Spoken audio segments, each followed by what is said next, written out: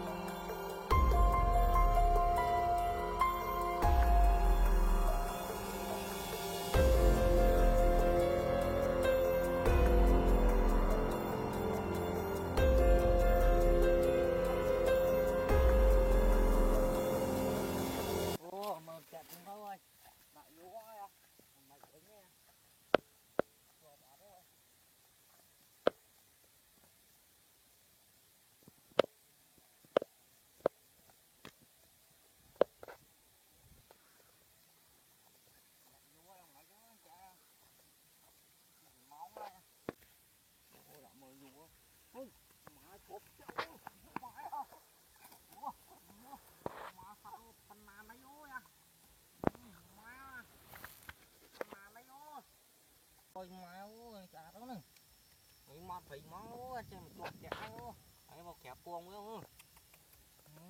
Buông phun phun tí ra, bạn một hộp buông tí đó, đỏ mà, không là mấy đứa, đứa chả đó luôn nha, một máu, mày mọt phải ho ní, mọt đấy này, một cha, buông cầu đá,